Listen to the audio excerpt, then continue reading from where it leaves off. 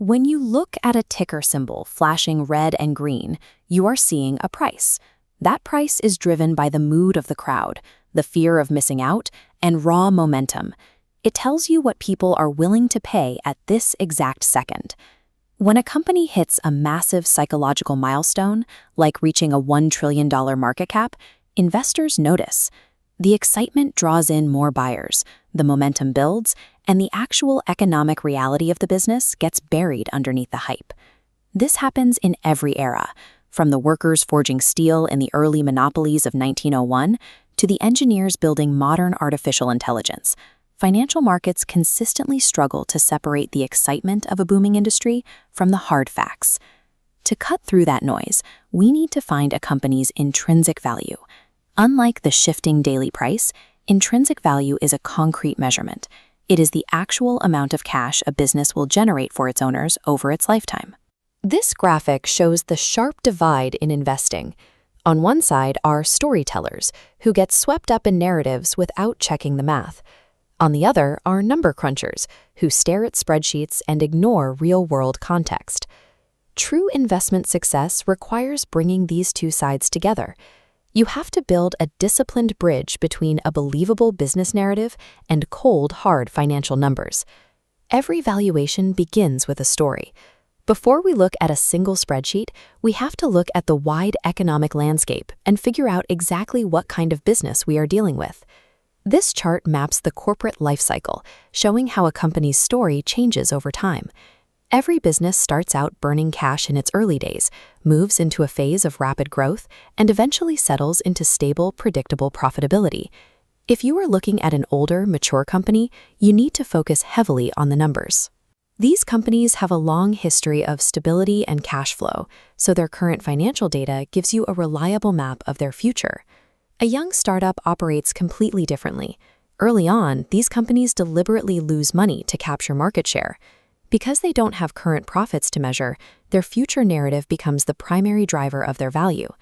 Eventually, every successful startup hits an awkward transition phase, the corporate teenager. This is the difficult moment where a company has to stop making wild promises about the future and start proving it can actually manufacture products and run operations efficiently. Knowing exactly where a company sits on this life cycle is essential. It tells you whether you should weight your valuation model towards its future potential or judge it strictly by the data it generates today. Once we understand the story, we use a tool called discounted cash flow.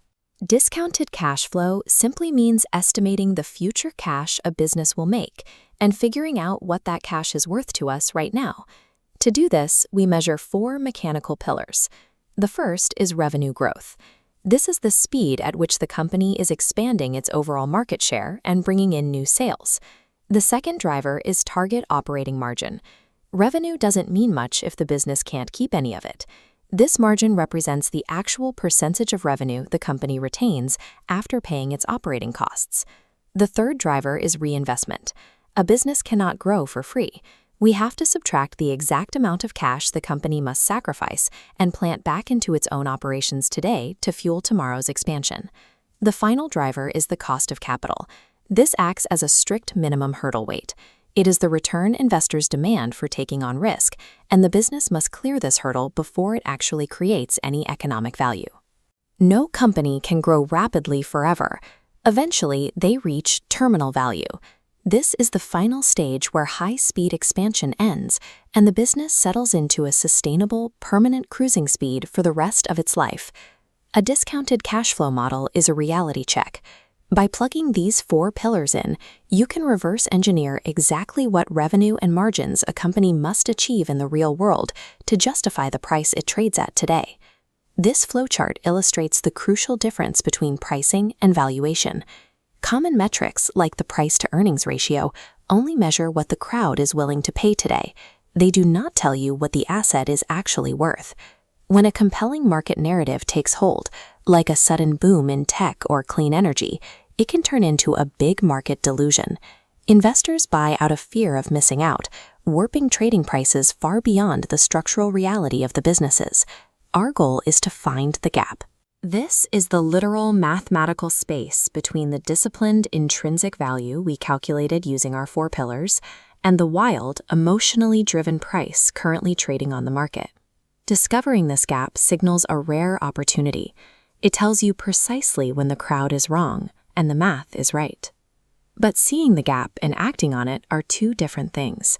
Investors face a massive psychological hurdle.